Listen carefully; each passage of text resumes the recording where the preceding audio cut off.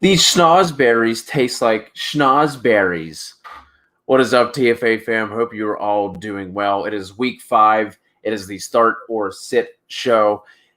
We're already a quarter of the way through the NFL season. Hopefully we keep going and we keep on schedule. Obviously, a couple more positive COVID tests. We had the other one in Tennessee. Corey Davis has tested positive. There's been some rumblings about an unsanctioned gathering that they put together. So, I mean, who knows what's going to be happening on that end. Obviously, Stephon Gilmore in New England also tested positive. So, fingers crossed, positive vibes. We're going to keep pushing through this. Kev, buddy, what's going on, man? How are you doing? Let's and now that we got all the negative energy out of here, what's going on, man? Tell me something good. I'm doing well. The Chiefs are 4-0, right? We're like 70-some days away from Christmas. So, there's that, right? Christmas is the best holiday of the year, so don't even look at me like that. But hey, we get football, right? So I mean, if you would have 3 or 4 months ago, right? I mean, it didn't look like we were going to get football. So I don't care what game it is. Last week we had the Jets and Broncos, and people were all upset about that. I'm like, get the fuck out of here with all that, right? Like with all your negativity, we didn't think we were going to have football. I'll watch anything. I don't care if it's football. I'm watching it. I'm happy for it. I'm not ungrateful. Give me all the football. Hopefully they get this stuff under control, but whether they need to take a 1 week break, kind of get everything under wraps, right?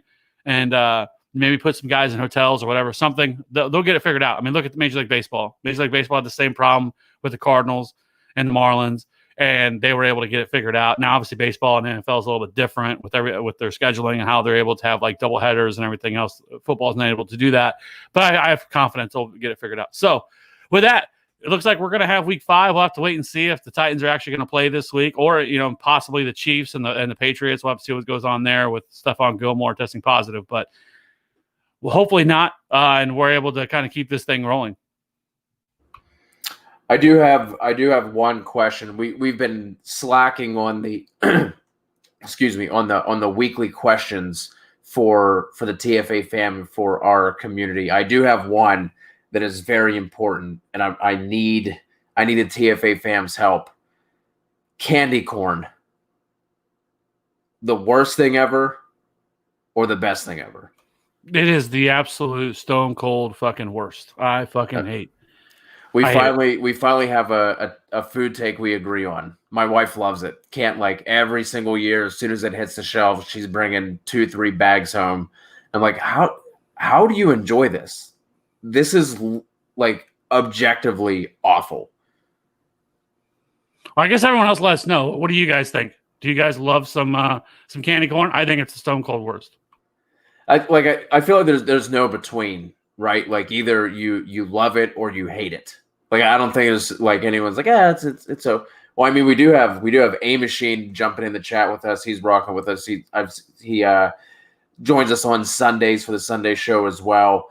Says sometimes it's amazing. After a few pieces, it's terrible. Like why even eat one piece if you know after like 3 or 4 it's going to be awful? Maybe it's something because like you don't eat it very often. It's not like something that's around all the time. So I think there's something to that. Like it's kind of seasonal, and so maybe people kind of enjoy it there. Like you kind of get this. Maybe you go back to nostalgia, back to when you were a kid or something like that, and you thought it was good. So you have a couple pieces. Oh yeah, just like I remembered. And then you have a few more, and you're like, no, actually, no, this is terrible. No, I don't know what I'm doing. I think that could be it. Yeah, pause. That's a fair point. A Machine does have a question for us. Just traded Robbie Anderson and Ebron for Ertz and Lamb. Excellent trade. Excellent. Are you worried with Ertz at all?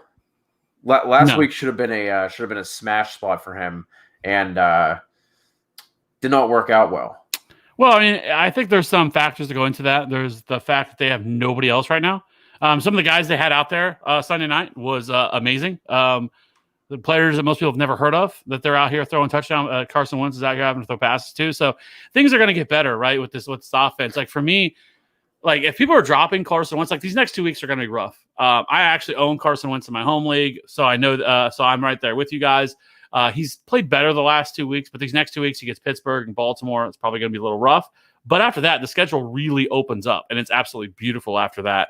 And so and that'll coincide with the fact that they're going to get Deshaun Jackson back. Alshon Jeffrey, with whatever he's got left in the tank, should be back soon.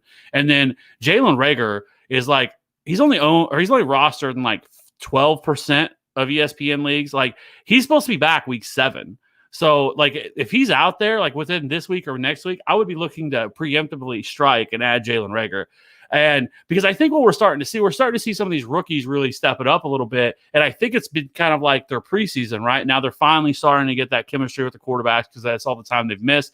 And so now that they have that, I think that we're starting to see more rookies kind of pop off. Like, that's why we're starting to see Justin Jefferson start to take off. We're seeing T. Higgins start to take off. CeeDee Lamb has obviously been ham all year. But so that's why we're starting to see some of these guys who earlier in the year really weren't doing anything. Now, obviously, Jalen Reagor's been out, so that doesn't really help him. But I do think Jalen Reagor is somebody who we all like, and I think that's somebody that people should be looking at for a long-term perspective. So I think the Eagles overall, I think, are going to bounce back. Dallas Goedert should be back, within 2 or 3 weeks as well. So once they start getting all their pieces back and they actually have an offense again, some guys to throw to, I think that'll help Zach Ertz as well. So, because right now, I mean, teams that could just double team him and take him away and then say, okay, you're going to beat us with the other bums you guys have. So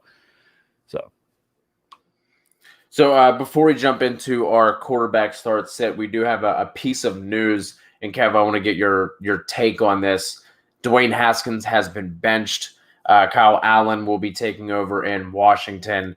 Does that really change anything for you? Obviously, the only piece that we're really concerned with is Terry McLaurin, right? Like, does that really change your outlook on him negatively or positively? No, not at all, because Dwayne Haskins is awful, right? Like, he's definitively, I think, pretty. I think he's that good. I don't think that we need more time to see that. He's not very good. Kyle Allen, though, is also not good.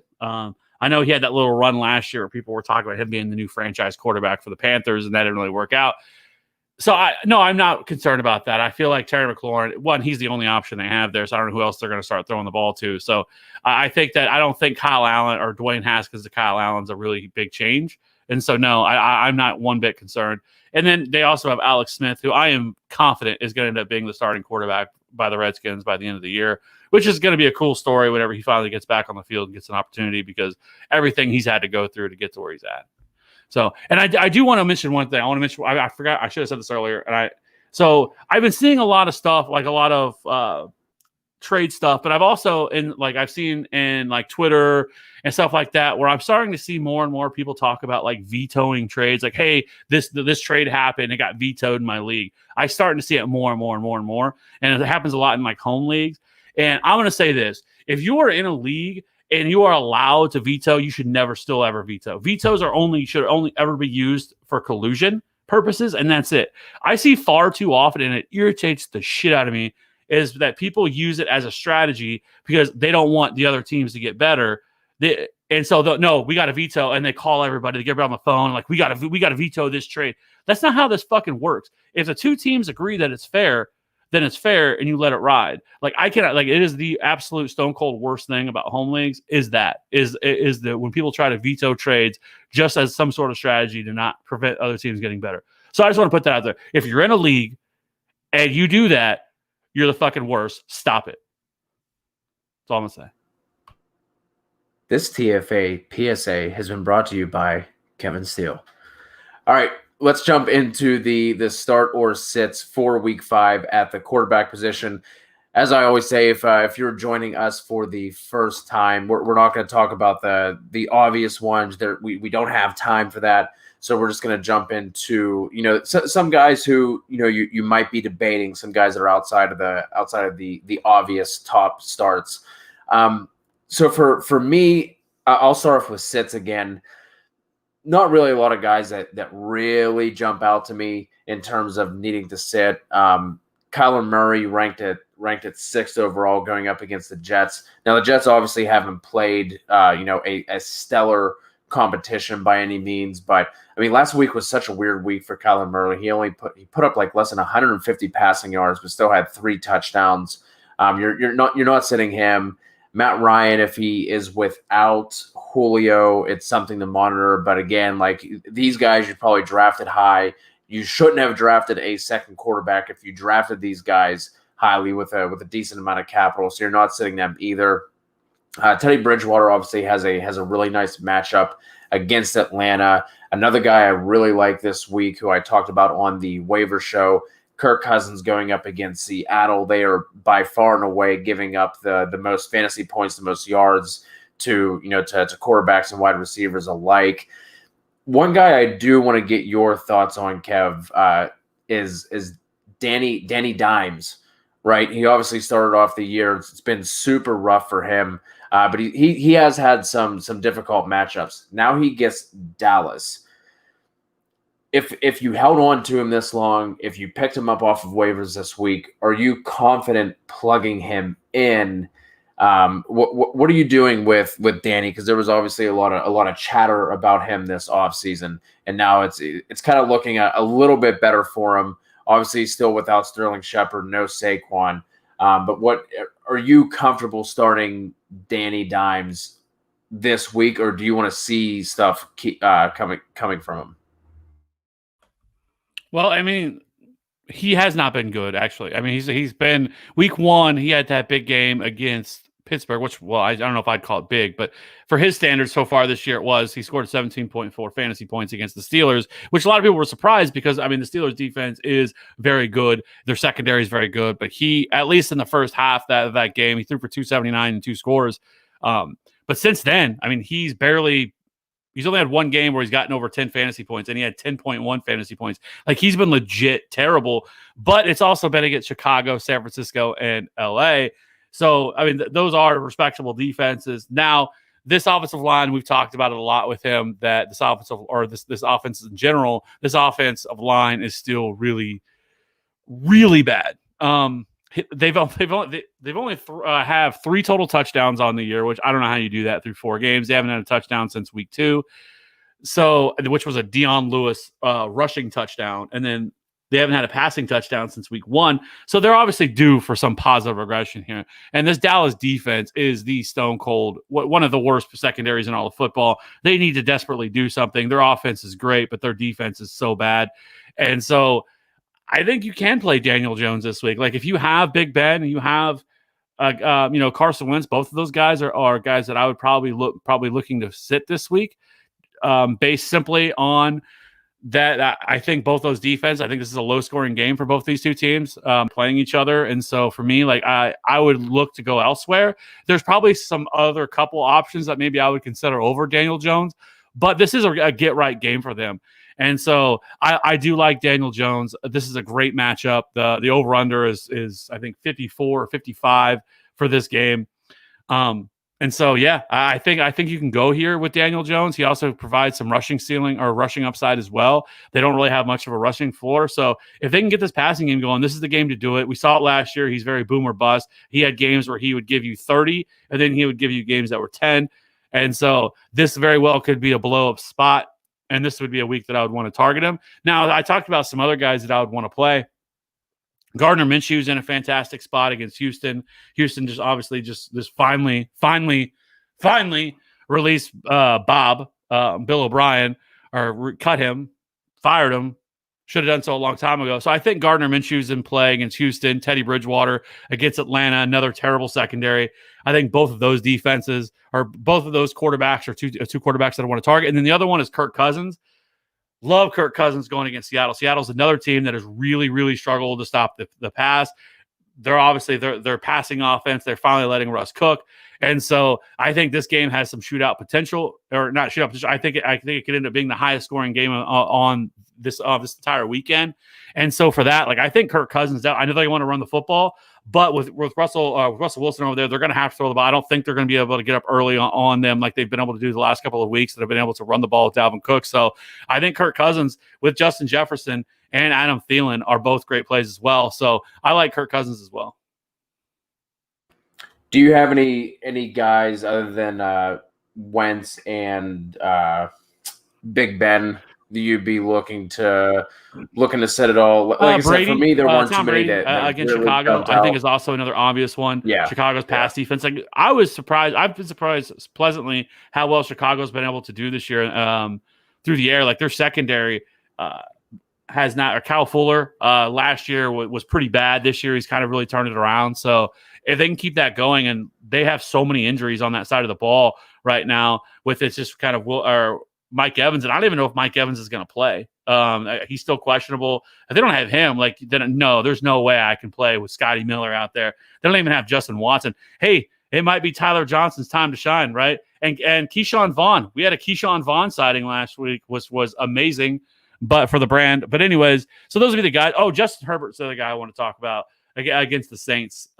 He has balled so far this year. He has played well outside of my expectations that I thought he was going to be able to do. They get New Orleans.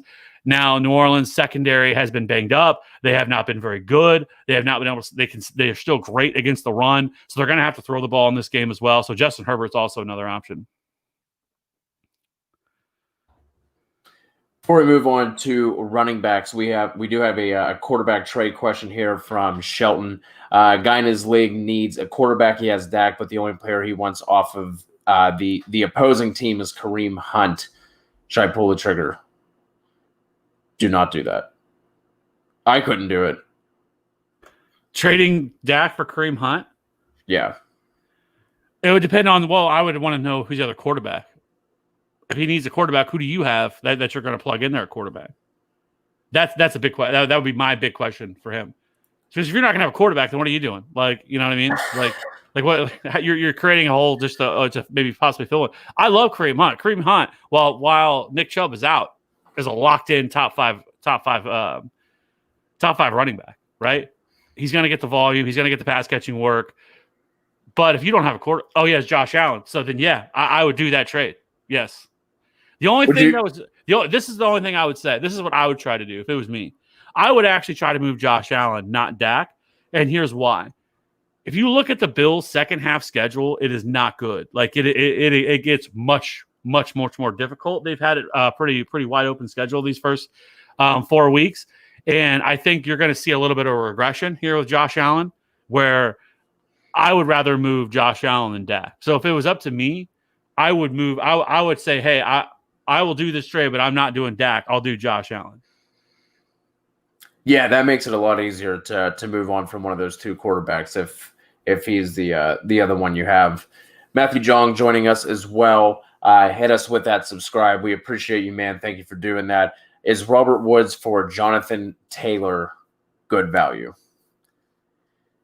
Jonathan Taylor has been a little bit of a disappointment, man. We thought, after Marlon Mack unfortunately went down, we thought it was, all right, here we go. It's JT, it's slam time. And now they're giving fucking carries to Jordan Wilkins. What are we doing out here? We thought it was going to be JT and Hines, and now Jordan Wilkins is involved. I don't get it. I think for that one, I think I'd rather have Robert Woods. What do you have to say on that one, Kev? Are you going Woods or are you going JT? Jonathan Taylor's been okay, right? He's given you 14.9, 19, 13.2, and then 8.9 last week against Chicago. So the first two matchups are really good. The last two, the Jets have surprisingly been pretty decent against the run. It's the one thing they've been able to actually be decent at this year. So that is a tougher matchup. And then Chicago obviously is still strong against the run, especially with Akeem Hicks back. So it would depend for me, if you were set at wide receiver, if you were good there, then I think you could make that move. If you really needed a running back, because let's be honest, we've all been hammered by running back this year. If you've not lost somebody yet, good on you. Good luck for the rest of the way, because I have been, like I said, my home league I'm in has been brutalized. I've lost now Nick Chubb. I've lost Saquon Barkley. It's been rough, right? And I'm out here plugging in guys like I was amped this morning when I woke up and I saw that somebody dropped Chase Edmonds this weekend, and I put in a waiver claim on it when I got him. I was like, woo! 6 o'clock in the morning, excited about that. That's where I'm at in my life with my running back. So yeah, I mean, if you desperately need a running back, I could do it. But it depends on what you have at wide receiver and what you're looking at running back. Yeah, all fair points. No Name traded away Gibson and Jefferson for D-Hop. Would you have taken that in standard scoring? Wide receivers are Hopkins, Ridley, Chark, Slayton, Judy. Running back has Taylor, Sanders, Kelly, Harris, and Lindsey. So traded away Gibson and Jefferson, got Hopkins in return. Obviously, you have the running back depth to do that with, the guy we were just talking about, Jonathan Taylor, with Miles Sanders, not hurting at wide receiver either. What would you have done in that scenario, Kev, in standard scoring? You taking that, or are you holding on to the 2 instead of the 1? I think I think I probably would have. Yeah, I think that's a pretty fair trade. I think you sold at the right time with Jefferson. Not that I think Jefferson's going to fall off a cliff, but he's really produced really well the last 2 weeks. We know the Vikings want to run the football. Any chance they get, they're going to. There's going to be weeks where Kirk Cousins may throw the ball 15 times, which is the most frustrating thing with the Vikings, which, who knows? I don't know. Maybe they fire Mike Zimmer because if they keep losing football games, that he could be another guy that gets fired this year, which I hope, just because I hate the old archaic style of let's run the football. You got to establish the run, man. But no, I think that's a good trade. I mean, Hopkins has been a baller. So, Josh Twenter wants your guy Travis Kelce. What mid roster players should I move to get him? And then give us a couple options: OBJ, Fuller, Chark, Jefferson, Fournette, Gibson. Well, you can remove Fournette because nobody's gonna. Fournette has zero value. He's hurt, and Ronald Jones is still there. Well, let me again. This is another good question. As for context of who is your tight end? And are you creating another hole at wide receiver? Because yes, you have some solid wide receivers, but you're likely not going to get Kelce for just one of these guys. So you probably have to move him for Shark or Jefferson or a Gibson and Shark. You know what I mean? Like it's going to take more than that. So Noah Fant's probably not out that long. I know he looks like he's not going to play this week, but he should be back. Like if you're going to go after a tight end, I would go after one that's not going to cost me as much. Dalton Schultz has balled, right? And look for somebody like that, like a lower, somebody that's not going to cost you as much. Because if you're going after Kelce, you're going to have to give up a bunch. And so, are you just creating a bigger problem than filling it with Travis Kelce? Or buy low on a Zach Ertz. Zach Ertz hasn't really produced at the level that you want. That's what I would rather go after somebody that I can buy low on, not somebody like Travis Kelce that you're going to have to pay the absolute ceiling for, and then you're just creating other holes at other places. So, right now, I think Jefferson probably has the most value considering what he's done the past 2 weeks.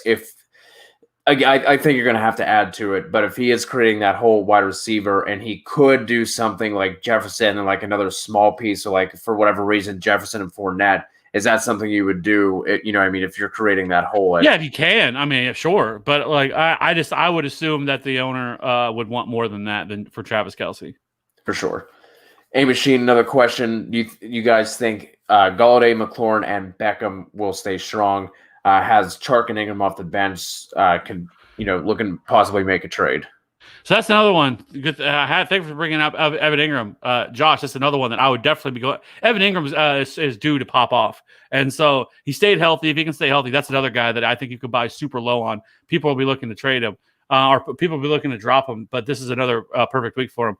But so with Golladay, McLaurin, and Beckham, I'm not like we already talked about McLaurin. I think he's going to be fine no matter what. He is matchup proof. He is quarterback proof. We saw it last year with the bum quarterbacks that he had. He struggled a little bit with Haskins to start the year, or once he took over, then he started to pick it back up towards the end of the year. So I'm fine with that. Beckham, listen, they want to still run the football. The reason they threw the ball so much last week was because they were playing the Cowboys and they had to score, right? And that's how you attack the Cowboys, is through the air. And so the struggle with Beckham is going to be the fact of volume. And if they can run the ball, they're going to run the ball. And so do I think that Beckham was that a nice bounce back game from him? Absolutely. And do I think that he could end up still being a solid wide receiver too? Yeah.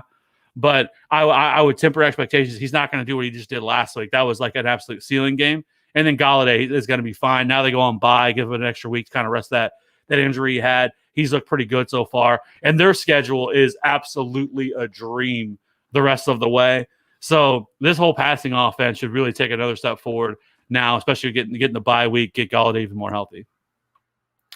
RD wants to know Boyd, Chenault, or Monty this week. Obviously, Monty tomorrow going up against the Bucks. We have Chenault going up against the Texans, and then Boyd going up against the Ravens. It's 100% Boyd. Yeah, I'll be talking about him. Surprise, in our once we get to wide receiver. I don't think you need to shy away from that matchup. Chenault, I want to fully buy into Chenault, but he's just not getting the volume. They're still splitting that volume up between Chark, Cole, Chenault, and I would just prefer Boyd in that spot as well. We have a couple of defense questions. Browns or Broncos from Noel. Browns at home against Indy or Broncos on the road against the Pats? I'd probably go Broncos because it sounds like Jarrett Stidham's going to start again. But I know the thing that scares me with that is I don't think they're going to have to throw the ball that much. I think they're going to keep the ball on the ground and lean on their defense. Because on the other side of the ball, it's going to be, it's still not Drew Lock. It's going to be Ripken again, probably. And so unless they decide to go back to Driscoll. But, I would probably go Browns, to be honest with you.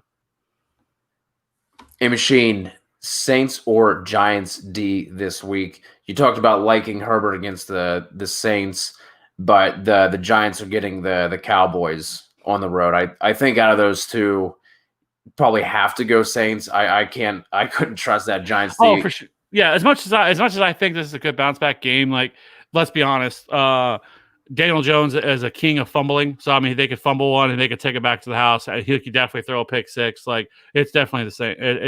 For me, yeah. I mean, that's tough. So I could see Dallas, but going against a rookie on the road Monday night, I would probably go Saints. Would you trade Michael Thomas for Diggs and DJ Moore? Robert Henry wants to know.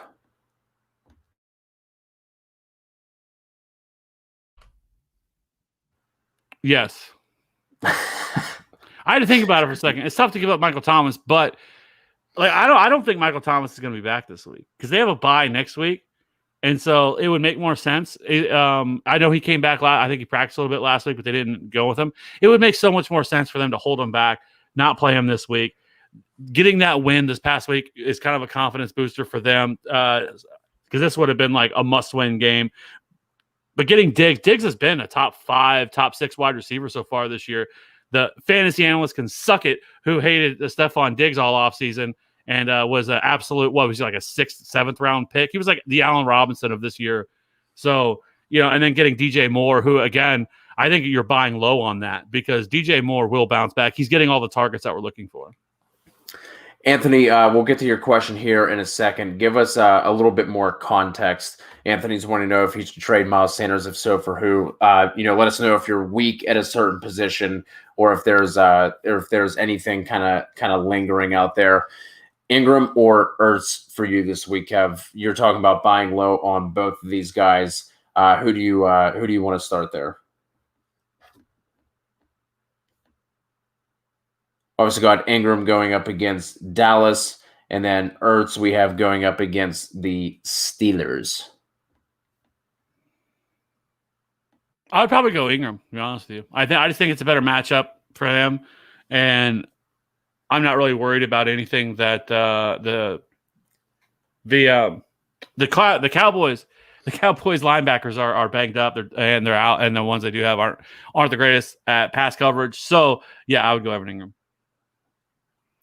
We have Aloha from Hawaii. Which 2 wide receivers are we starting? Woods, DJ Moore, or Deontay going up against someone that's starting Robbie Anderson? You going Woods and Moore there? Yeah, it's tough. I'm a big Deontay guy. Can you start Deontay in the flex possibly? But yeah, those are the 2 I'd go with. Appreciate the question from Hawaii. Needs to drop one. Devonta Freeman or Harris PPR 10 team. Dropping Freeman.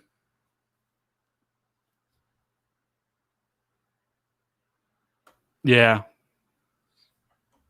Yeah. That's, That team is just their offensive line's terrible, and like I don't know, we finally saw a double-digit performance from Devonta Freeman. Got 10 fantasy points. They were using him in the passing game, so he could find the end zone. But yeah, it probably would be. I think Damian Harris, but it's so tough because trusting any Patriots running back is risky business. So going back to what Machine was talking about with potentially trading someone, there's a trade in place where it's Chark and Odell for Metcalf.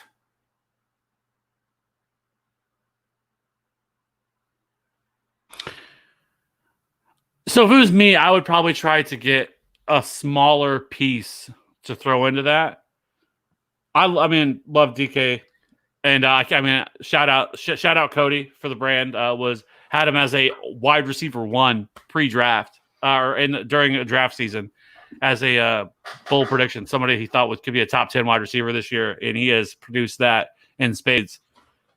So, I would try to get another small piece into that because I think you're giving up a little bit too much to get DK there. So try to get another piece to throw into that, and then I think you'd be okay. So Anthony said he lost Chubb. I would not trade Sanders away then. Because I mean, then you're just creating a bigger hole. Because like, what are you realistically getting for him? Are you getting like 2 like low level RB2s or something? Like that's not the move I would want to make. If you want to make a move, so go after. So like again, try to buy low on some running backs like a David Johnson, who I think you could probably buy for a little bit cheaper than what he should be. Guys like that. As much as I think it's gross, Le'Veon Bell you probably could get for pretty very, very, very cheap. And if it's a PPR league, I think he's going to at least have some PPR upside, and he's back. He's practicing this week. So, something like that where you're not having to give up the house. Like there's no reason to give up Miles Sanders if that's all you have is Sanders and Chubb. Believe me, I'm right there with you. I am a Chubb owner as myself, and I am lucky enough to have Joshua Kelly. But buy guys like that. Don't go out and give up Miles Sanders, and then you just have it. You're just creating another hole. If Mostert ends up playing this week, 1, would you feel comfortable starting him? And 2, if not, we have some options here. We have Joshua Kelly, T. Higgins, and Christian Kirk on the bench. If Mostert doesn't play, well, 1, would you play him over those guys if he does play? And if he does, would you start any of these other guys over him? So Joshua Kelly, T. Higgins, Christian Kirk. I have not seen the practice report for the Niners. I would still expect him to be limited this week if he does play. I don't think there's any need to rush him back. Would you start any of those other 3 over Mostert if he does play?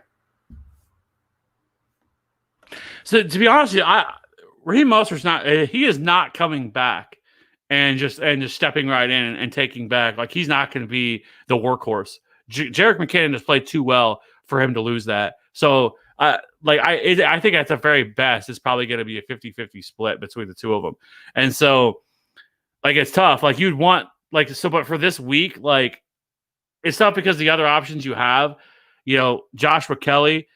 Though I think that he is somebody that is definitely going to start. Probably still the 1A. I know he had that bad fumble last week, but this is a really bad matchup against the Saints. The Saints' run defense is really good. It's still elite, and so I want to play Joshua Kelly after this week because their schedule opens up big time, and their next 5 games or the next 4 games after this are absolutely amazing. So if I had to, and if Mostert was playing, I probably would go with him. Me too. The following this week for Justin, the aforementioned Joshua Kelly, Lev Bell, Monty, or Rojo. I think I'm rolling Monty and Rojo there.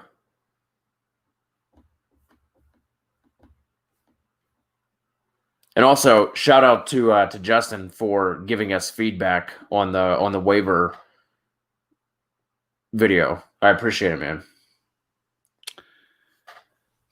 I would probably go Rojo and Lev Bell. If Le'Veon Bell's back, I I think he's gonna get a lot of opportunities. Frank Gore's been terrible. He's definitely gonna get pass catching work. I'm not really worried about the matchup against Arizona, and then Rojo. It's not a great matchup, but the other options you have, it's like I don't feel great about them either. So Montgomery, I just can't play him against the Bucs. The Bucs run defense is, even going back to last year, has been fantastic. So even though he is kind of the workhorse now of this backfield, I just don't love it. He could luck box his way into an end zone score, but I just think you're better off going those guys. George wants to know thoughts on starting Justin Jefferson this week. You can fire Wheels him up. It's a great matchup for him. I don't think you have anything to worry about there. If he ends up flopping, sometimes that shit just happens in smash matchups, but that's definitely the right process to fire him up. I don't think you have anything to worry about. Carlos wants to know thoughts on Mike Evans and Allen Robinson. I'm not expecting Evans to play this week. I really don't think there's any reason that they have to throw him in. He didn't practice at all so far. He's questionable for tomorrow's game. I just don't see any reason why they have to throw him out there. Obviously, going forward, he's going to be completely fine. And same with Allen Robinson. I don't think you have anything to worry about with those guys. No, I mean, not rest of season, obviously. I mean, Allen Robinson's still, Allen Robinson, he's continuing to play really well. Mike Evans, this week, that Bucs game is going to be so ugly. Like, they're going to be throwing Scotty Miller and Tyler Johnson. I don't even know past that because, Justin Watson is also out. So, they lost O.J. Howard. So, I guess Cameron Brate is definitely, somebody that people should be really, really looking at tight end, along with Rob Gronkowski. But I think Cameron Brate probably sees more opportunities because I don't think they're going to change Rob Gronkowski and all of a sudden put him out there for 90% of the snaps. So he's probably still splitting it. So Cameron Brate also becomes a decent play at tight end. Speaking of tight end, who thought we'd be asking this 4 weeks ago? Who's your start for the rest of the season? TJ Hawkinson or Big Bob Tonyan? Listen, there's nobody that loves Rob Tonyan more than me, okay? I talked about him before the season started. He was somebody in the draft we talked about. There were people that really loved Jay Sternberger as a guy because of early reports. But as we started getting more and learning more, we started talking. We talked about him as a sleeper tight end this year that people should be looking at because of his – the guy is athletic. He worked with George Kittle. So, that just has to mean everything, really, over the offseason. So, we just need to monitor that. Whoever works with George Kittle is going to go off the next year, get some of that George Kittle love. But in reality, though, once Davante Adams comes back, I think Davante Adams gets 1,000 targets again a game like he was, and I think that limits him a little bit. If I was going to have to go with somebody, I'd probably still go with Hawkinson. Just because I think his role is a little bit more defined. I think Tanyan's going to be a little bit more up and down, but he's certainly on the tight end one radar.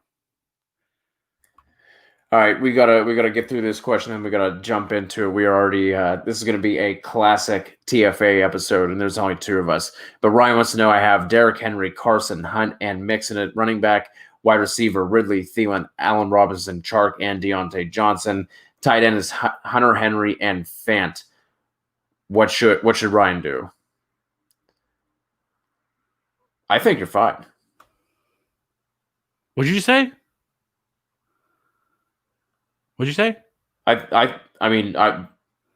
You obviously upgrade a tight end, but I thought you said you're fucked. I'm like, what? Like, that team is amazing. Like, what?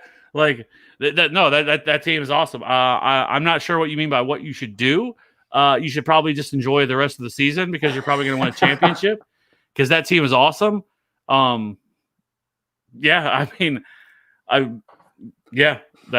is great. All right, Trey needs to sit one full PPR: Gurley, Singletary, or Deontay Johnson. Ooh. We have the Falcons going up against the Panthers. I believe the Panthers are they're giving up some of the most fantasy points to running backs, so that's a nice matchup there. The Bills, if they play, obviously going up against the Titans for Singletary, and then Deontay Johnson up against the Eagles. Who are you sitting there? Sitting Deontay? I think I would say Singletary. But to be honest with you, I don't think that's game going to play. I mean, the Titans continue to get more positives, and so it does not sound like it's starting to sound like I would be surprised if they even actually play that game. So going back to a machine, Chark and Ingram for Diggs.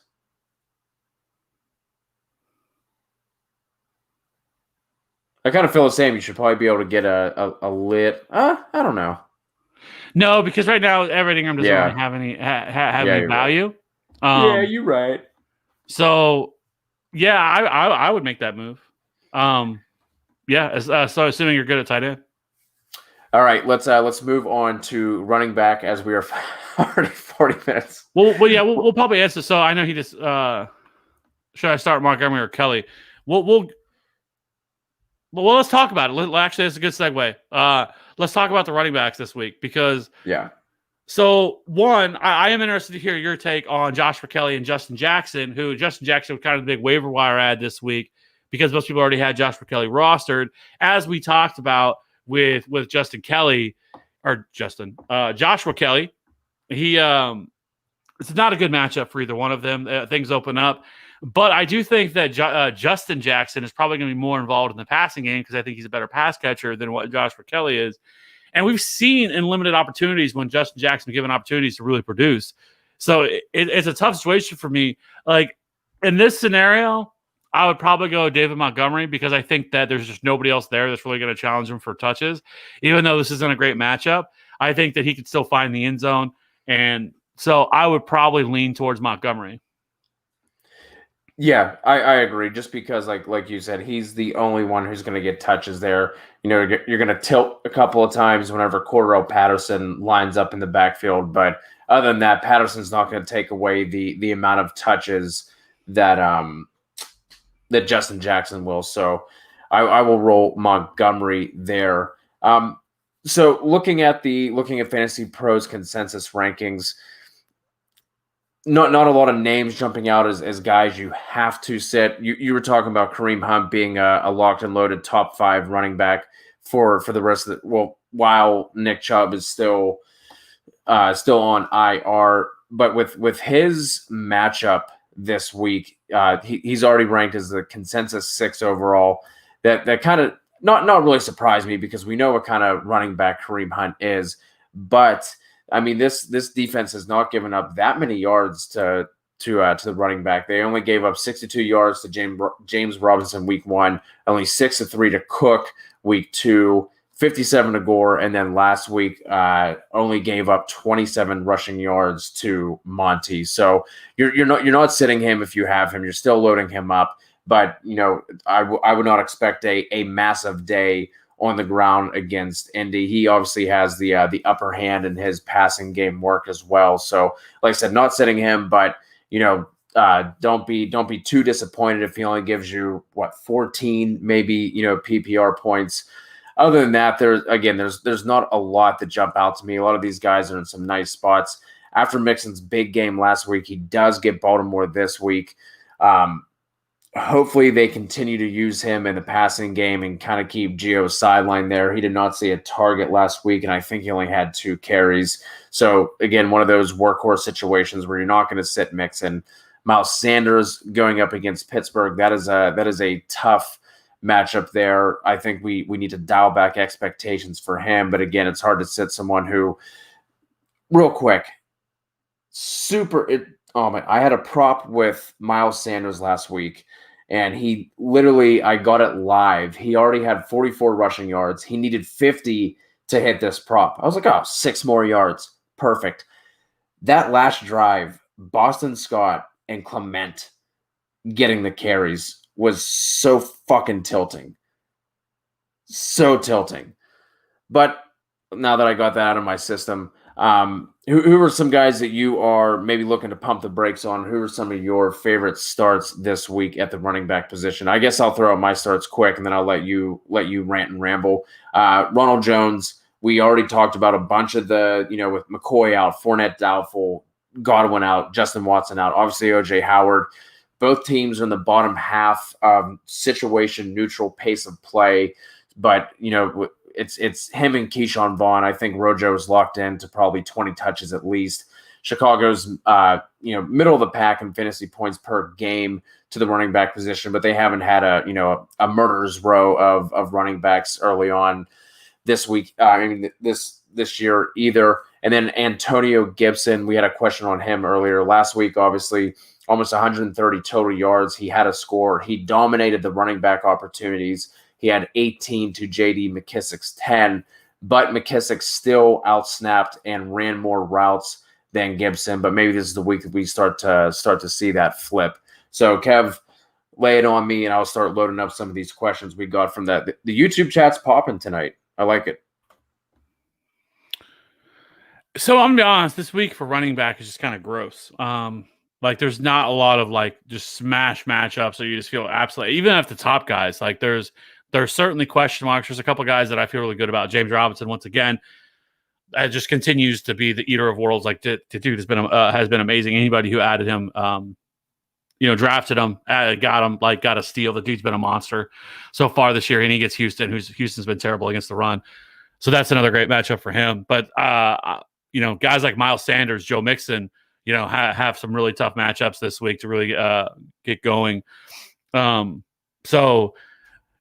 Drake, I don't know what to do with this dude. I honestly, that's why I said on the waiver show we did on Sunday night that Chase Edmonds was an absolute must add. If he's available in any league, he is the absolute guy. I don't love rostering straight handcuffs, but he has standalone value. Plus, if Kenyan Drake continues to play that he does, they're gonna move on from him. We saw them do it last year with David Johnson. They never gave David Johnson the job back. They traded for Kenyan Drake. Kenyan Drake is only on a 1-year deal, transaction tag deal, so it doesn't take anything for them to move on from him. And I know on the surface you look and say, oh well, they're playing the Jets. The Jets aren't very good against the run, but the Jets continue to be decent against the run. They're still number 2 in adjusted line yards, just behind Pittsburgh in terms of stopping the run.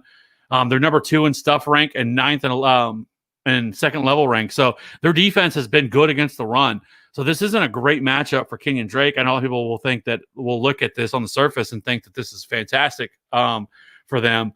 But I do have my concerns there with Kenyan Drake. And as we've said with him, that he is certainly not somebody that has played very well this year. I don't know if he's hurt and he's playing through it, but he's looked terrible. And Chase Edmonds, I just think that I think we're going to start to see it start to flip a little bit, and Chase Edmonds is going to get more opportunities. So I would not be starting Kenyan Drake with confidence this week.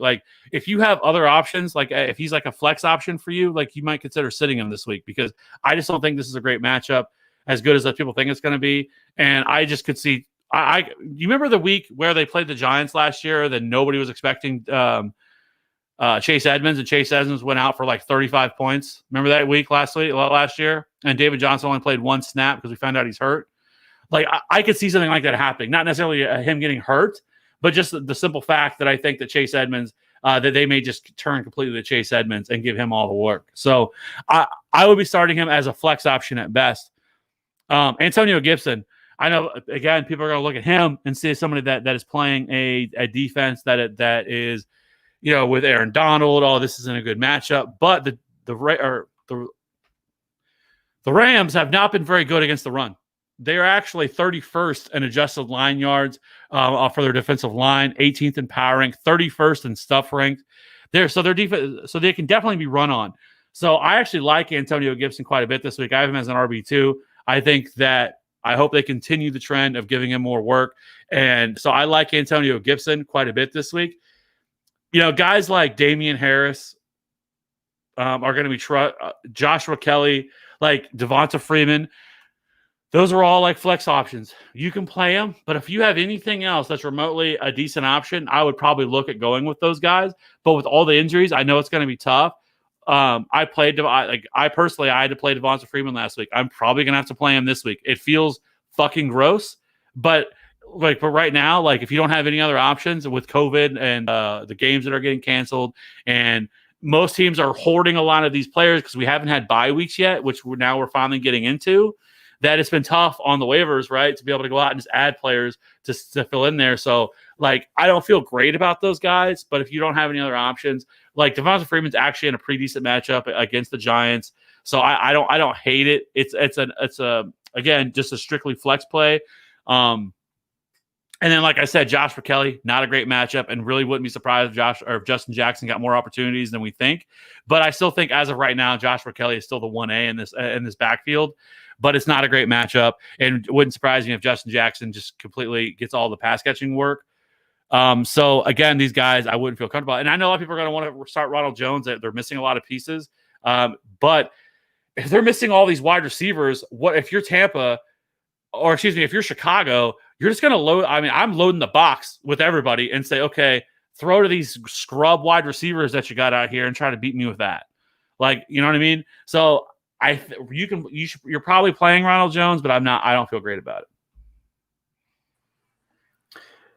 Real quick before we get some of these questions and then go to wide receiver and try and get this back on track. What are you doing with Daryl Henderson?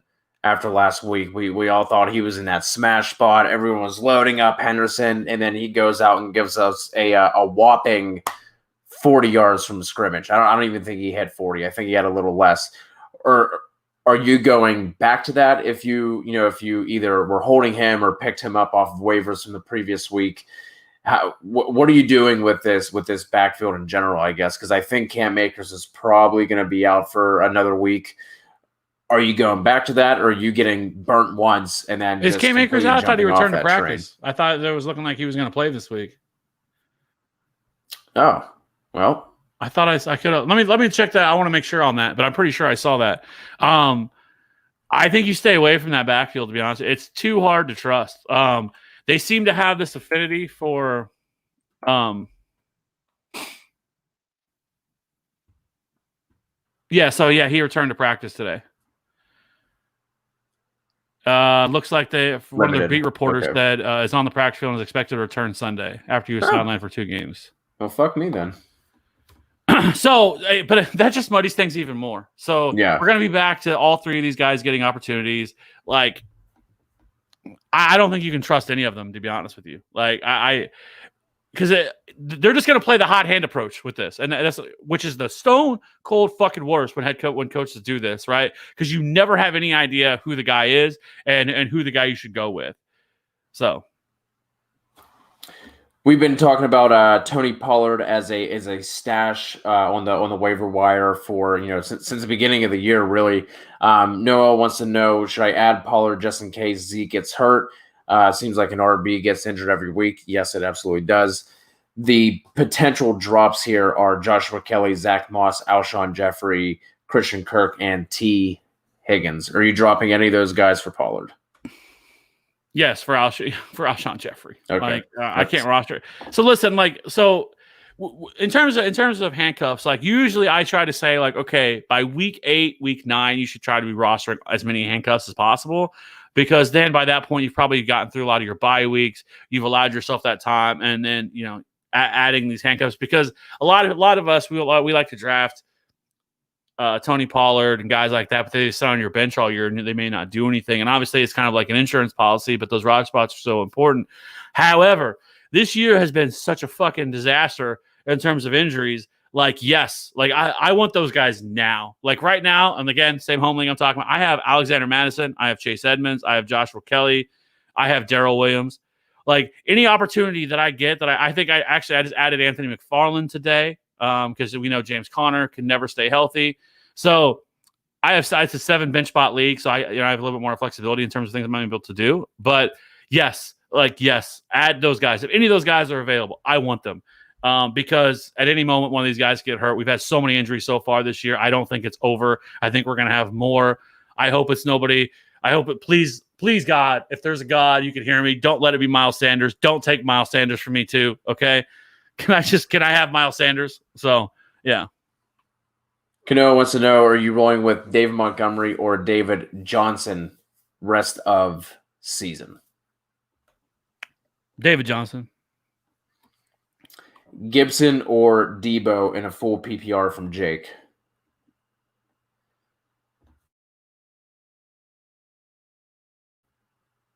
Man, I'd probably go Gibson.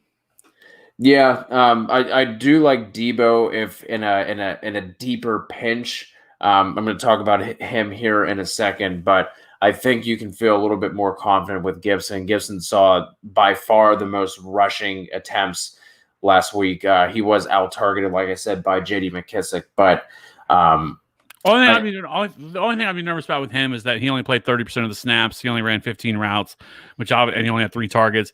Now he's coming back from injury. He probably gets a little bit more this week, but I don't know how much more of that he's going to get. Right. I think he played 25 snaps and he got 4 touches on those 25. We have a question from George going along with Gibson. How do you think Kyle Allen will affect him? Like I said, I don't think it affects them all. I don't think there's a big difference between Kyle Allen and Dwayne Haskins. And as bad as Dwayne Haskins played this year, Kyle Allen could be a slight upgrade. So I don't think it really affects him whatsoever. And it could actually help him out a little bit more in terms of just being able to, if he looks to target his running backs a little bit more out of the backfield. Yeah, I don't think we can take too much away from Kyle Allen, what he did with Christian McCaffrey, how there were a lot of people making that switch whenever the coaching staff from Carolina came over. Obviously, Kyle Allen was there, through the majority of the year last year. But I think that does help in terms of the system. So I don't think it's going to be positive or negative. I think you can kind of just keep going about this the same way. Josh is back. Fant is out, hitting the waivers. Here are the options: Gronk, Brait, Higby, Ebron, and Jimmy G. It's Tyler Higby for me. Oh, boy. I wish I could say it with confidence. That should be... Do you entertain Gronk here at all with all of the injuries that because Higby has been so disappointing, man. He's only had over 50 yards once this season, and that happened to be the game that he scored the 3 touchdowns. I still don't think he's, at least when I looked last week, he's still not running a bunch of routes. Like he's still pretty low on the totem pole in terms of whenever you look at all the other tight ends. I think he's like in the 20s or 30s for routes run. Like I wish I could. That should be the answer. Like I think I might entertain Gronk here for this week. So if you look at Gronk, I will say this. So I do. It comes down to Gronk and Higby for me. So if you look at Gronk last week, he ran 32 routes. He played 83% of the snaps. The last 2 weeks, his snap shares actually went up from 70% up to 80%. He is running more routes. 32 is much more in line with what you want to see for a tight end, but he's not seeing a ton of targets. He only had 3 targets last week, 7 the week before, which was the big when he had 6 for 48. He hasn't found the end zone yet. You have to figure if that's probably coming. It just depends on how the rest of this offense does. So, yeah, I guess I could probably get on board with that. I think Gronk maybe make a little bit more sense for this 1 week, just because I think that you could probably easier. It's easier to project because there's nobody else there. The Rams have not been running a ton of 12 personnel, like surprising, like everybody thought they were going to this year. That they decided to go back to what's always worked for them was, Robert Woods and Cooper Kupp. So, yeah, I actually, looking more into it, I think Gronk would be the guy. Easy Dubs is looking for an easy dub on this trade. He wants to know who won, Mixon and Thielen or D-Hop and Fournette. It is not even close. It is Mixon and Thielen. Thank you. Here's a good segue. These questions are coming in timely. Carson wants to know who would be a good trade target. I'm trying to sell high on Tyler Boyd. I have to remove myself from this question because I'm obviously very biased. I mean, I don't think Tyler Boyd gets the respect that he deserves. Put some respect on that man's name. Like you might be trying to sell high on him, but unless there is a Bengals homer or I'm in your league, I don't think anyone is going to value him on the level of what you should be getting in returns. You could throw him out. Like if you have like a group text with your league mates, maybe throw him out, put him on the trade block.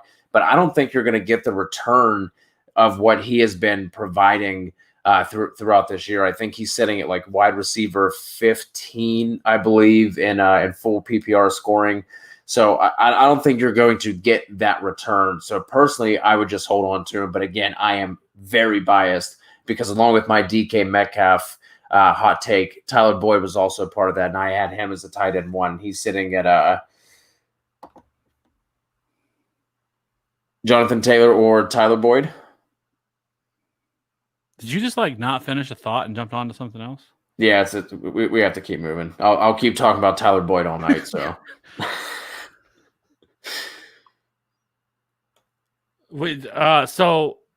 I think I'd probably try to hold on to him. I don't know. The question really comes down to who do you need? What is you're looking for? Do you need a running back? Do you need so what are you looking to get out of him? Don't just trade him to trade him. And to be honest with you, I think that one thing you brought up is putting something out into your group. I would do that versus because you don't want to. Because oftentimes I seem to find that you don't want to be bidding against yourself, right? So you want other people to offer you trades versus you offering something else because at the end of the day, you end up because you'd be surprised on some trades you might be able to get done. So if you can, I would maybe put out there hey, Tyler Boyd's on the block. I'm looking for this position and see what trades you get back.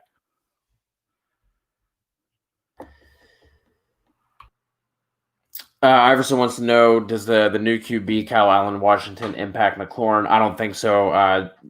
Kyle Allen also locked on to DJ Moore last year and made him fantasy viable as a wide receiver 2. So I don't think you have anything to worry about. What is a fair trade for Odell? I mean, again, this is a super difficult question to answer. Just kind of because you're buying him. You're buying him at his peak value. That's not the way that you want to do it. You're buying him. If you are wanting to buy Odell, you're wanting to trade for him, then the problem is that he just went out and had a monster game. The fantasy owner knows that. It's going to be fresh in his mind. It's so much easier to buy players. It could be for 1 week. A guy could ball for 3 weeks. He could go out and get you 3 fantasy points, and it leaves that bad taste in a guy's mouth that you could get him at a cheaper price just because of that, all because of 1 week. And the same thing on the other side. Now that Odell is finally blown up, guys aren't going to be willing to trade him, and that all that value. Like we talked about last week before Joe Mixon's big blow up, I kept saying, buy Joe Mixon, buy Joe Mixon, buy Joe Mixon now. But now that that's happened, you're not gonna be able to buy him because it's just gonna take the moon to get him. And the same thing with Odell. You're buying him at the wrong time. Now that he's blown up, it's gonna cost you so much more. There's other options out there. There's other guys. Will Fuller would be one that I would love to buy right now. I think you could get him at a decent price. I think this offense could actually take a step forward now with Bill O'Brien gone because Bill O'Brien's an idiot. And so it seems like Deshaun is actually happy. It sounds like there was a lot of internal stuff going on. I guess J.J. Watt and Bill O'Brien got into it at practice last week, or maybe it was week 3. But regardless, so yeah. What about if you are? It looks like Michael is trying to sell Odell. DJ Moore would be a guy to go after. I'm buying DJ Moore. And DJ Moore you can get cheap, right? So if I would look to maybe buy him. Go talk to the Chris Godwin owner. Maybe they're wanting to move on maybe they want to trade him because he's hurt, which sounds like Chris Godwin should be back after this week. They play Thursday night, so they get that extended break in between. So it sounds like Chris Godwin could be back. Try to get a package of players. Like I mentioned, Will Fuller. I think Marquis Brown is the absolute best buy right now. One of the other guys who's an absolute, I think he is due to really blow up. All the other numbers are there for him. He just really hasn't had a lot of huge games. I think those days are coming. And so I think Marquise Brown. But am I trading with those guys just for Odell? No. I would ask for a little bit more in return. It just depends on what it is your team needs. Yeah, correct. That's that is the big missing piece here. Would you sell MT and Melvin for AP and CMC in a standard league? RBs are Davis, Connor, Monty, Jackson. Wide receivers are Adams, Thielen, Fuller, and Boyd. I would want something better than AP. Yeah, that doesn't really. Yeah, and so Christian McCaffrey at this point, have we gotten any updates on him and when he could possibly? I know when he could possibly return. I haven't looked in a second. Obviously, with IR, the rule is a 3-week minimum Well, he should be out about that now anyway, but right? Yeah, but I've not seen anything. I don't know if he's doing any rehab work, any limited work, or anything like that. So as of right now, I would just hold on to. So okay, so Matt Rule actually said on the 5th he's attacking rehab every day. McCaffrey was placed on IR suffering an ankle injury. He has to sit at least 3 games before he's eligible to return. Rule like that McCaffrey was working out. So it sounds like he's already working out and everything else. And so that week 3, I would assume would be, I think, after this week, right? Because it happened week 2. Yeah. I believe you're correct. So yeah. So I mean, I think realistically he could be back week 6, week 7. So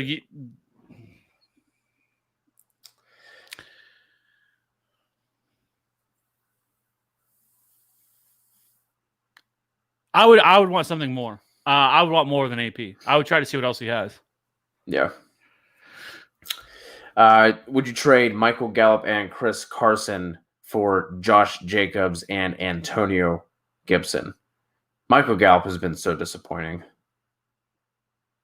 He's been super yeah. But if you can trade Gallup and Carson for Josh Jacobs and Antonio Gibson, yes, please. Oh, sorry, no name. I skipped over your question from earlier. Would you use a waiver pickup for Ingram? Sure. Yeah. I mean, it depends on what you got to give up for him, but who you're dropping for him. But yeah, like I said, I think Evan Ingram is a great buy low. I think he should bounce back, and I think this is a great week to do it. Yeah. So the other tight end that they have is Gesicki. So I mean, you should definitely be picking up Ingram. I'm surprised someone dropped him. Earthly Links coming back at us. Question for the flex: Dearness Johnson, Chase Edmonds, or John Brown full PPR? I'm not messing with Dearness Johnson just yet. I would not. Like I said on the waiver show, he had the 13 carries for 95 yards. Shouldn't expect 95 yards and 13 carries, especially from a guy they just pulled up from the practice squad. And I think with Chubb going down, I think we can see more of what we saw in Minnesota last year with the Cook-Madison dynamic than what we were seeing with Chubb and Hunt. I think, maybe Dearness Johnson comes back down. I think we could see his carries being cut in half, to be honest, because that's kind of what was going on with Madison. With Madison, whenever Cook was fully healthy, he was really only seeing on average 7 carries. So are you going Edmonds here or John Brown?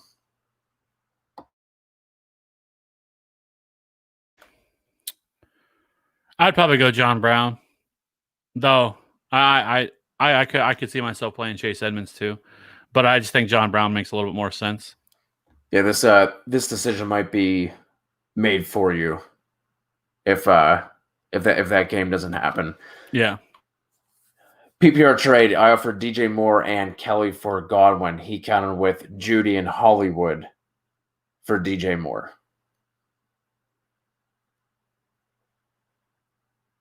I would keep DJ Moore in that scenario. If you can get Godwin, go get him. But if he's coming back with Judy and Hollywood for DJ Moore, I prefer DJ Moore there. I do think Hollywood is a decent buy low, but you can't trust the volume there with him and Judy with whatever they have going on at quarterback. I would prefer DJ Moore in that counter.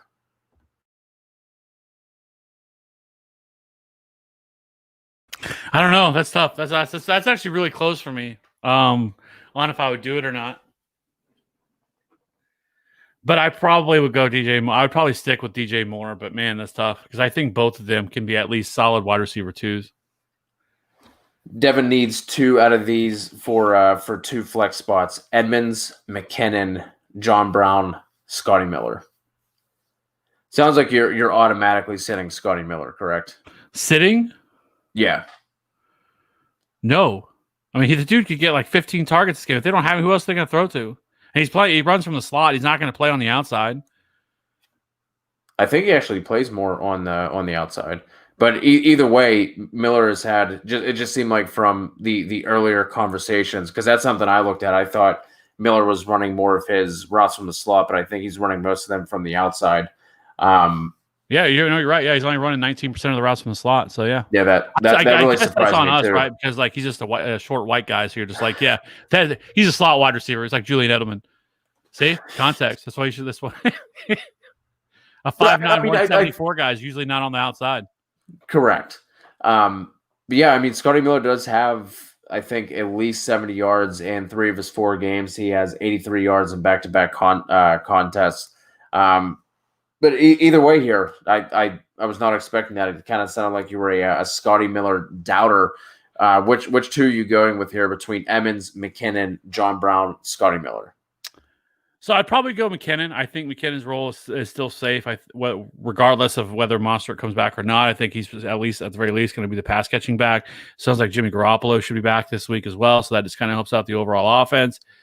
So I think I would start with McKinnon, and then it would come down to, again, Chase Edmonds for me is kind of like a not necessarily a dart throw, but he's had 2 weeks, 2 of the 4 weeks where he scored 15 fantasy points. So even depending on that, like I still think this is a good matchup for him because especially as a pass catcher, I think that he has out targeted. I think since week 1, 17-5, Kenyan Drake. So he's definitely the pass catcher here in this backfield. So, but I would probably go McKinnon and John Brown if that game doesn't play. It probably would be McKinnon and Scott Miller. The only thing that sucks with that is with Scotty Miller that game. You know what I mean? I don't know whenever we're going to get word from, because it's Bills Titans, correct? That's who the Bills have. The Bills have the Titans. So, yeah, but I think you can feel confident with any of those guys, to be honest. So if I see what you're saying. So yeah. So I guess you're probably right.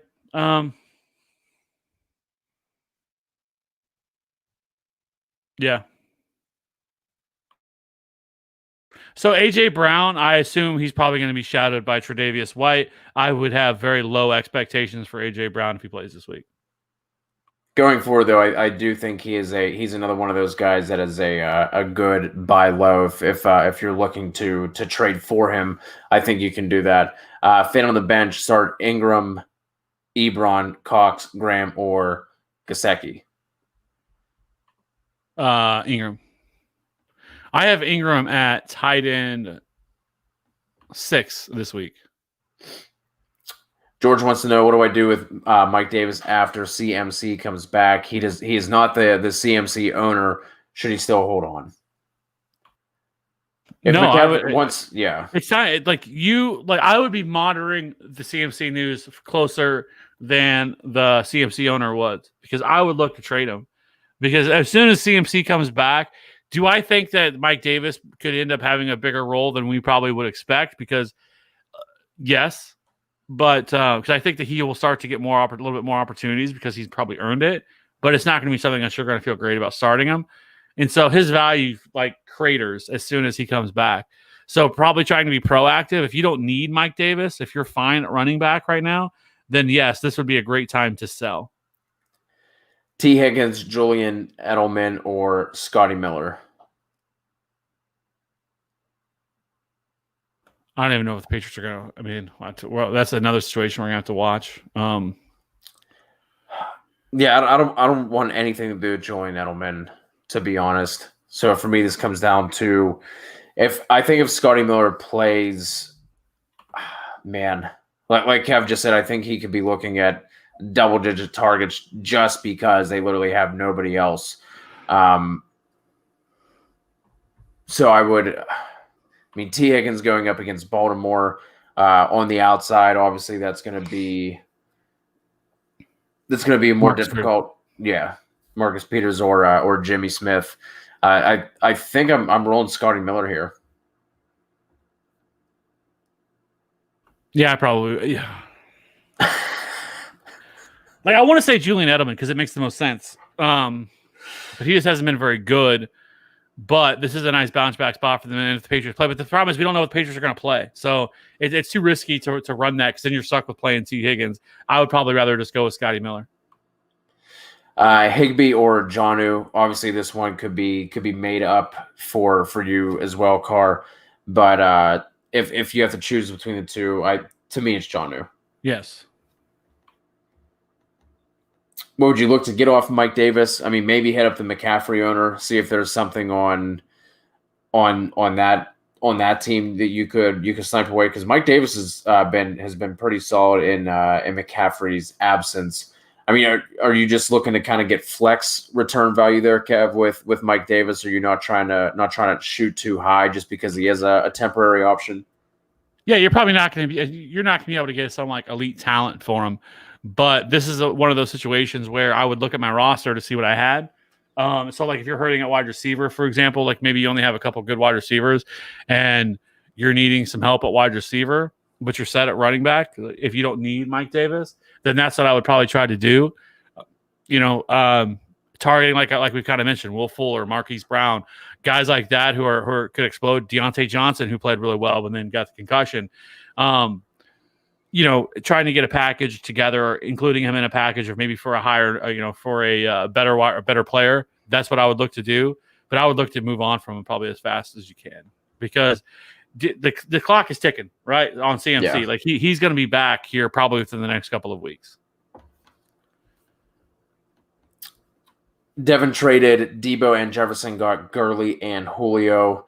Said he's a good wide receiver, needed an RB2 after Chubb went down. How do you feel about that trade? Did Devin win that trade? Debo and Jefferson for Gurley and Julio. Yeah, I mean, I think you have. I know there's people that are overreacting about Julio right now and acting like he fell off a cliff and he's dead. It's like the David Johnson treatment with the guy. Like, it makes no fucking sense. The guy had 150 receiving yards week 1, and now all of a sudden he's dead. But that's the way this works with things. And that's what I was talking about earlier with the guy. If he has a couple down weeks, then all of a sudden he's dust and he's trash. Like, yeah, I think you did well in that. Like, just getting Julio, like I would like to have Julio for just Debo and Jefferson, to be honest. And the fact that you got Gurley in that, low end RB2, I think that's a good move. So going back to that McCaffrey trade from RD real quick, instead of AP, what if they added Dalton Schultz instead of AP? Would that make you feel better? So that'd be Michael Thomas and Melvin. Yeah, if you get Schultz and CMC, yeah, I'm good with that. Are you good with David Montgomery as an RB2 while Eckler is out? Yeah, so he's going to get all the work. He's going to get all the opportunities in that backfield. Now with Tariq Cohen out for the year, it's not sexy. He's not a sexy name. He's not somebody that I would expect that's all of a sudden going to turn into this like monster RB1. But I think that he's at the very least a pretty solid RB2 from here on out. He's seen 15 targets, which is 19th. He's 29th. He's 11.6 fantasy points per game. But they have had some tough matchups and they've been trailing, so we'll see. But I mean, if you look at last week against Indy, he had 3 receptions for 57 yards. He was targeted 6 times. That's with Tariq Cohen out. So if he's going to continue to see that, he's going to be valuable in his own right. If this offense can get going, then yeah, I think it makes sense. And then thoughts on Deshaun Watson. Love Deshaun Watson. I'm so happy that Bill O'Brien's gone. This is an absolute smash spot for them. I think Deshaun Watson could go absolutely off this week, get you 30, 35 fantasy points, depending on how your point scoring set up. All right. I guess we should talk about the wide receivers. We should talk about wide receivers. And that Houston game is a 54.5 over under. So a lot of points to be scored there. So we already answered a bunch of questions with wide receiver. Give me actually I'll hit you with mine really quick. You were talking about putting some respect on Tyler Boyd's name. We need to put some respect on Robbie Anderson's name. Can we please do that? Obviously, DJ Moore is he's a good buy low because he's still seeing volume, but Robbie Anderson stays getting disrespected. He is wide receiver 9 on the season in PPR scoring. He's 7th in targets, 11th in target share. He is 12th in air yard share, 4th in receptions, 6th in yards, 6th in yards per route run. And you're thinking, he's just a deep guy that's all he does. He just runs down the field and they just lob it up on broken plays. He is also 6th in red zone targets. So please let's put some respect on Robbie Anderson's name. This week he gets the Falcons that are giving up the 4th most yards to wide receivers, and that game is also at 54.5 on the over/under. So Robbie Anderson is one of my favorite starts this week, so expect him to flop. We already talked about Tyler Boyd a little bit, but he's going to see Marlon Humphrey in the slot. Humphrey is actually giving up the 2nd most catches in the slot and the 11th most yards. We touched on Debo a little bit. Like we said, he only played 25 snaps last week, but he was being eased in. He did see 4 touches for 45 yards on those 25 snaps, especially if Byron Jones is out for the Dolphins.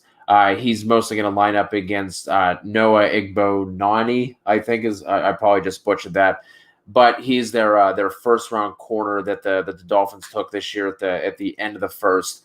He's given up the 2nd most yards in coverage, and he's allowing the 11th highest when targeted. So those are some of my favorite starts this week. I really don't think there's anybody sitting up high that you have to look at. You have to look at sitting. I know Carolina looks good on paper in terms of their fantasy points per game allowed to wide receiver, but I mean that's just going to be another shootout. I don't think you have to really worry about Calvin really giving you the that big gooser last week. He did have that touchdown catch that was literally knocked out of his hands at the last second by Penn Stater Adrian Amos. The other ones going around there, like I said, there's no one I'm really looking at as like to be wary of. What say you, Kev? Are you looking at sitting anybody we should pump the brakes on, or do you just want to rattle off some of your favorite starts for this week? I don't know if anybody's thinking about it, but T.Y. Hilton may be dead, right? Like, I don't know. There's no way I can start him whatsoever. I think he's turned into just a name at this point. We'll see. I mean, the Colts have had some pretty positive game scripts as well, so they really haven't had to throw the ball that much. So, but for me, I think it's guys like I've already mentioned. I think Will Fuller is absolutely smash. Outside of that 1 week where I think he got hurt early in the game, I mean, he's scored – what was it? 19.2 week 1, 15.4 week 3, and a really tough matchup against Pittsburgh. And then last week he had the 22.8 with 108 yards on 6 receptions and a touchdown. Absolutely love him against Jacksonville. He's probably going to see C.J. Henderson, which is not very good. I think that guys like Michael Gallup are certainly in play. It's tough to play, and believe me, again, I'm a Gallup owner. It is tough to trust that man. He has the awesome game against the Seahawks, and then he comes out the next week and does absolutely dog shit. But I do think Michael Gallup, as long as the Cowboys are going to continue to throw the ball 50 times a game, he's always going to have opportunities there. Dalton Schultz has really stepped up when people didn't think that, like, once Jarwin went down, like, I don't think anybody expected Dalton Schultz to play it as well as he has the last 2 weeks. But I do think they'll figure out a way to get Gallup going and more involved in this offense. And like I said, if they're going to continue to throw the ball that much. So I definitely think, as kind of like a flex option, I would look to play him. We already talked about just Jefferson, 100% in play. He is like a wide receiver 2 for me this week. Deontay Johnson, coming off that injury, going against Philly. They're going to move him all over the field. I like him as well. Traequan Smith, like I already talked about, I don't think that Michael Thomas is going to play. I could be wrong, but I just don't think they're going to play him. There is the opportunity there because they do play Monday night to give him an extra day, but with having a bye week, it just doesn't make any sense for them to rush him back this week. Yeah. I think they can beat the Chargers without Michael Thomas. Give him that extra week, and then he should be full health, ready to roll for week 7. So I think Traequan, we saw it last week. He had those 2 touchdowns. I think he is a really strong wide receiver 3 this week going against the Chargers. The only concern with him that I would have is how much Casey Hayward is he going to see? Is he going to be shadowed? I don't think so. I don't think Traequan's the type of wide receiver you're going to shadow with Casey Hayward, but that matchup is still there. The other corners are certainly beatable. Russell Gage started off really hot, but now it sounds like Julio is definitely not going to play this week. I would expect him to be out, so you're going to have to find some other wide receivers. But Russell Gage is always in play. Zacchaeus. Yep. I mean, Christian Blake is also getting opportunities there now. But guys like Laviska Shenault, I think you could look to play him.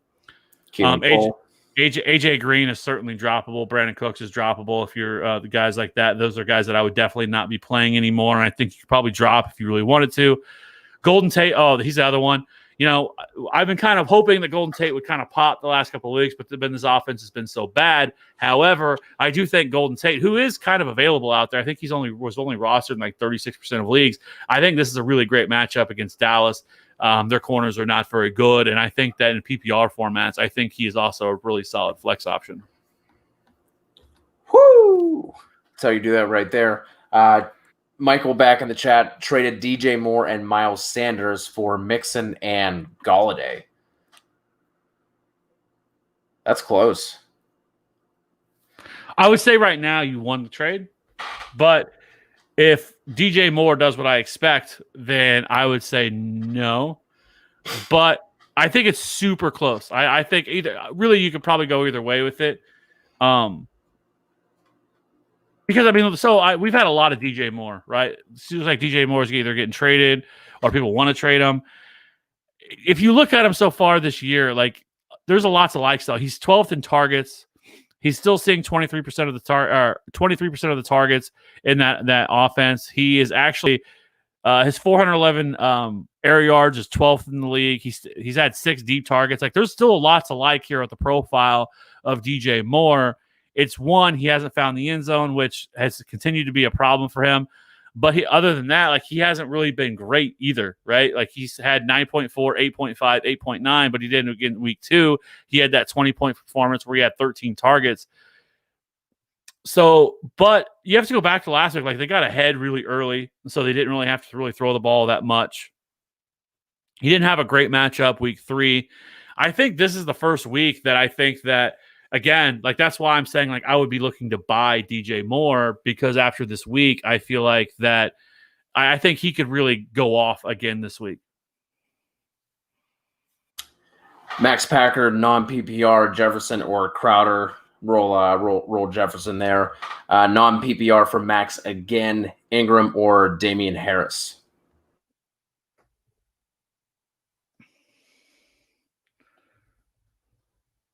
I'd probably go Damian Harris. All right, man. Let's roll into tight end. Start to wrap this up. Why don't you go ahead and take the wheel here first? Tight ends. Who do you like? Who are you sitting? Is there anyone that stands out to you, or is this? I think it's gotten pretty straightforward with tight end, to be honest. But how are you feeling about the tight end position in week 5? Yeah, We've pretty much talked about all these guys, right? Evan Ingram, I absolutely love this week going against Dallas. I think this is a nice bounce back spot for him. I think that guys like Jonnu is always in play. Somebody that I'll be looking to play. I don't think there's anybody that really stands out to me that I'm sitting this guy this week for sure. I think there's some other options here, down the line that we could look at. Austin Hooper again. Logan Thomas continues to get all of the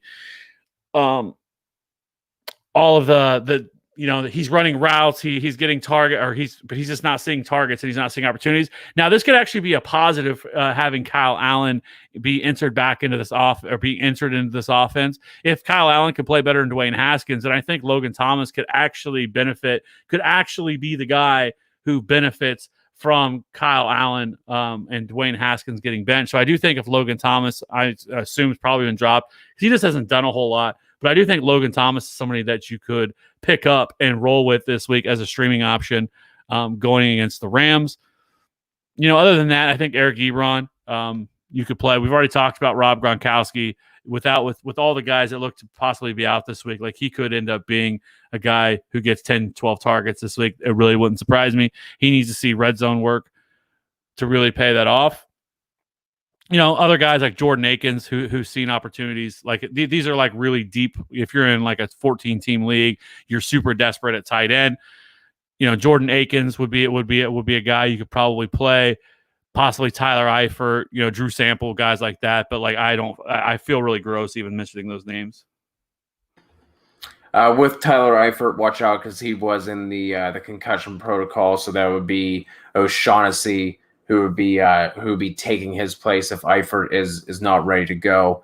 I heard some of the names that you routed off there. Drew Sample would have been my kind of deep guy to target there. Obviously, going up against Baltimore, they're probably going to be expected to throw a little bit more. Sample has had a couple of games where. Were you going to say something? I was going to say we should monitor. Well, see, the thing is, I don't know if we'll know by then. Jared Cook, if he's out this week, you could possibly look at a guy like, but this is super, super like deep. Like you'd have to be pretty desperate to play him. But I think Adam Troutman for the Saints could end up being the guy because they don't really have any other tight ends.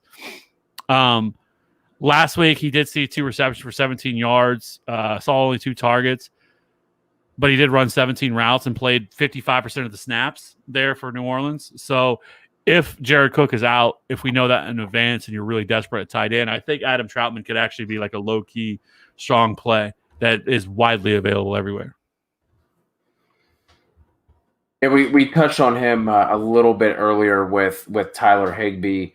But again, until he starts running more routes, I just can't do it. I mean, to put this into perspective, Zach Ertz has run the most routes at the tight end position so far through the first 4 weeks at 165. Tyler Higby is sitting all the way down at 70. Tyler Higby has actually run fewer routes than Dallas Goedert, who has been on IR. So just to Ryan Izzo out of New England has run more routes than Tyler Higby has to date. So if you can, hopefully you have somebody else. Dalton Schultz was pretty widely available this week. I think he was available. He was only rostered in like 30% of ESPN and Yahoo leagues. Hopefully you snagged him up. I would be starting Dalton Schultz over Tyler Higby for sure. Gesicki has been super up and down. After he had the 11 targets in week 2 against Buffalo, he has seen a combined 6 the past 2 weeks and has a total of 2 catches for 30 yards over those 2 weeks. So hopefully, if you're hurting a tight end, you're sitting there with Jonnu. Hopefully they get to play, but I don't know. I'm not feeling too positive about that either. So hopefully you have your tight end situation sorted out, because after it looked pretty promising at the beginning of the year, that has dried up very quick. So let's go through these last couple of questions here, then we'll get out of here. Already sitting an hour and a half. Who would you rather stash between Henderson or Akers? Flip a coin. I mean, I'd probably go Akers, I guess. Like, it's just so hard to trust his backfield and what Sean McVay is going to do. He plays the hot hand. So I think the upside of Akers maybe a little bit higher, but that's probably where I would go. Yeah, I agree. I think Akers is the better overall running back. Michael wants to know also that he made the trade earlier with DJ Moore and Miles Sanders. Also traded Chark for Odell. Yeah, I think that's fine. I mean, I think Chark probably bounces back and plays a little bit. We saw it last week where he had the 2 touchdowns and is the only option there, and they're going to have to throw the ball more than what Cleveland likely is going to. So that could be the downside where Chark wins. But I think from a pure ceiling standpoint, I think Odell is still higher. Johnny Z traded Ridley for Kupp and Marquis Brown in half PPR. Love it. I think that's fine. I mean, I know Ridley has really crushed, but some of that's also touchdown volume that he's got. But Kupp has really smashed in his own right the last couple of weeks as well. I think Marquise Brown bounces back. Thoughts on Big Bob Tonyan when Adams comes back? Yeah, we talked about that. I think that it's going to eat into some of that. I think Adams is going to see, get back to seeing his 12 to 14 targets. Sounds like he should have came back last week. But much like with another question we have about Michael Thomas, I think that's why I don't think Michael Thomas is going to play this week. I think you see Michael Thomas also miss this week because the Saints have a bye next week. So it made no sense for the Packers to rush back Devontae Adams whenever they were going to go on bye. And so I think they probably do the same thing with Michael Thomas. But I do think when Adams comes back, I think it's going to hurt Tonyan. But to be honest, I mean, they have the deep threat, which is Marquez Valdes-Scantling. And so, in the event that Devontae Adams gets double coverage, I think that Robert Tonyan could also be a guy. So I think that he has value, and especially at tight end position that's been so terrible. I think he could at the very least be a back end tight end one. Meth joining us again was with us on Sunday for the live game day show.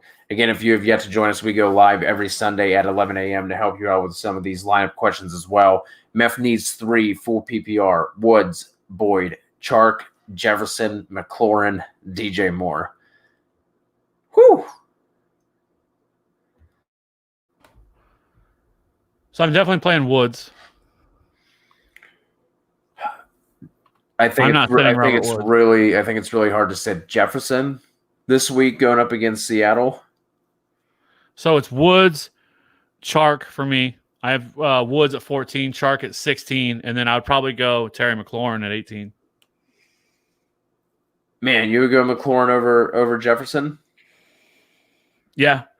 It's close, super close. But if you wanted to go with the absolute ceiling, if you're needing ceiling, then I would probably go Justin Jefferson over McLaurin. But I would still probably go. And is that DJ Moore? I'm assuming, yeah. Yeah, so then for me, it actually would probably be Woods, Chark, and Moore. I can't sit DJ Moore in this matchup against Atlanta. I can't sit Robert Woods, and then I'm not, So I mean that is an absolute. I mean, well done, sir. Well done on those wide receivers. Yeah. My piece of advice is to package some of these up and go trade hunting. That's what I would be looking to do. Michael's kind of outing himself here. Hey, we're not all perfect. Made a couple of bad moves. Which one is worse? Trading Judy and Hollywood for Jerick McKinnon or dropping CeeDee Lamb? Oh boy. I think it's got to be the trade. Giving up Judy and Marquis Brown for McKinnon, but dropping CeeDee is rough as well. If you're rocking with us in the YouTube chat, give Michael some feedback here, because that is man, those are both rough. What do you think is the worst one here, Kev? Trading Judy and Hollywood for McKinnon or dropping CeeDee? Dropping CeeDee Lamb. I mean, that's tough. Yeah, that's why did I'm almost curious. Why did you drop CeeDee Lamb? Because I don't think he's really had a bad week yet. So, I mean, he's been pretty solid all year. So, were you just desperately needing another position, or? Yeah, Deontay. Yeah. This is a Deontay. So the question is Deontay Johnson or John Brown. Deontay Johnson there. The other one, trading Chubb for Mostert. 1-3 need to start winning. Have you done it yet? Because I wouldn't. The thing that scares the hell out of me with Mostert is, like I've said, is that I do not think that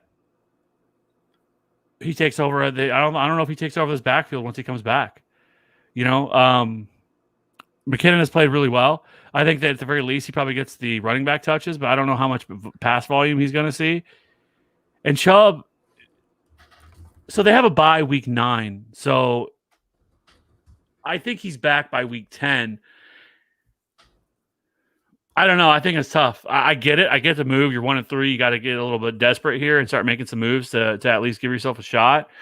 So I don't hate it, because, you could, if you don't have time to wait for Nick Chubb to come back. But I don't know. That's just tough.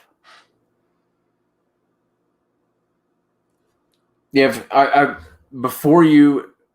if you already did this, and I guess it's null and void, doesn't matter. But if you're still debating on it, take a look at your points for.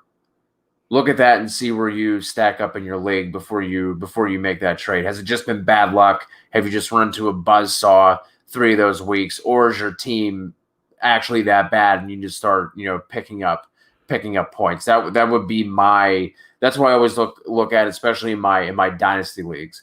But in redraft, you can do the same thing where look at the points for and your points against. See if you've just had a string of bad luck.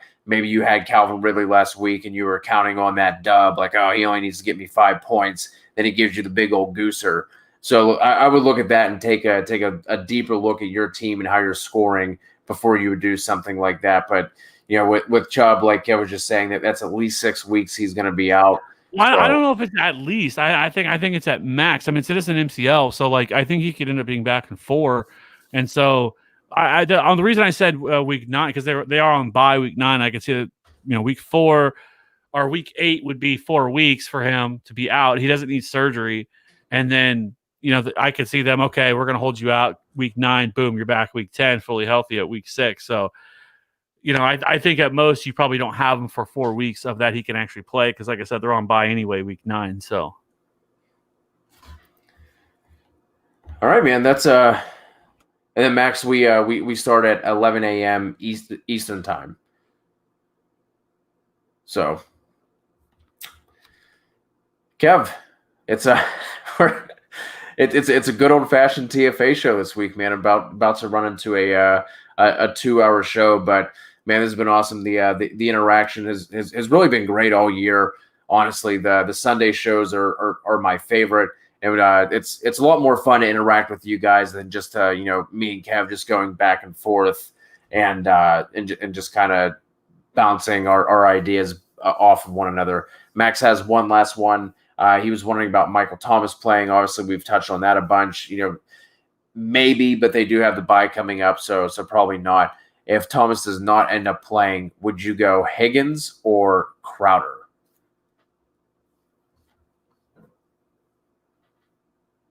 Man, starting a Jet right now just makes me queasy.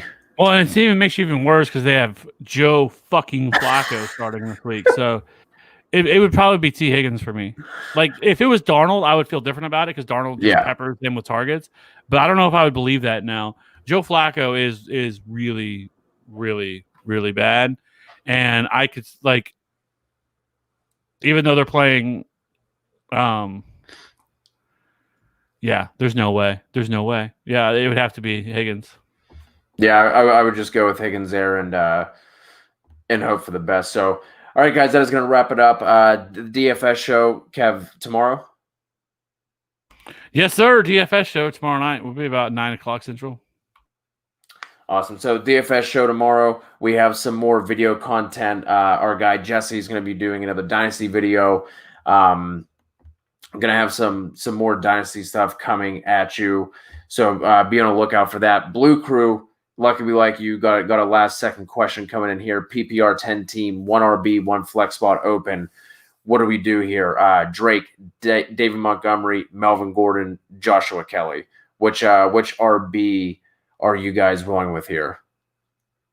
You guys, I don't know why I said you guys.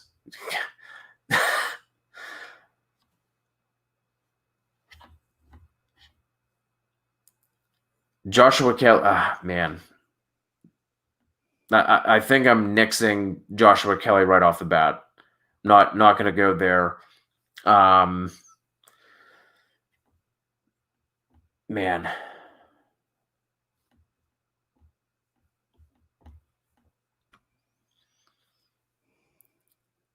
These are all not great.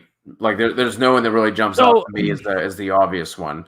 Because I would probably go Drake and Melvin Gordon here.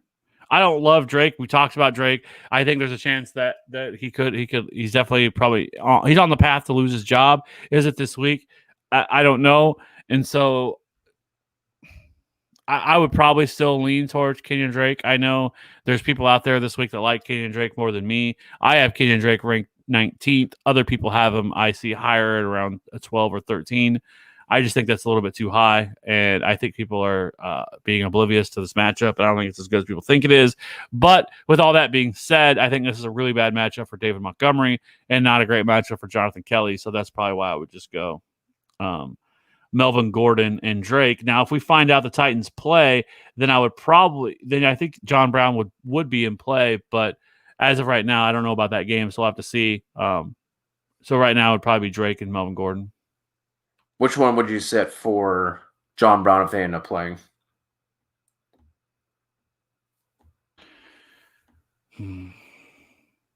I don't know. It would be a consideration. I would probably still roll the 2 running backs. I just think that's probably a little bit higher upside for those guys.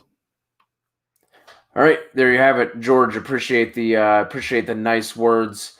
We're gonna get out of here, man. Like I said, DFS. We have more video content coming for you guys. If you're sitting through this through the podcast, good for you. We appreciate you sitting through this. Other than that, guys, make sure you catch us on Sunday, 11 a.m. Eastern, and we'll do this again. Talk to you guys soon.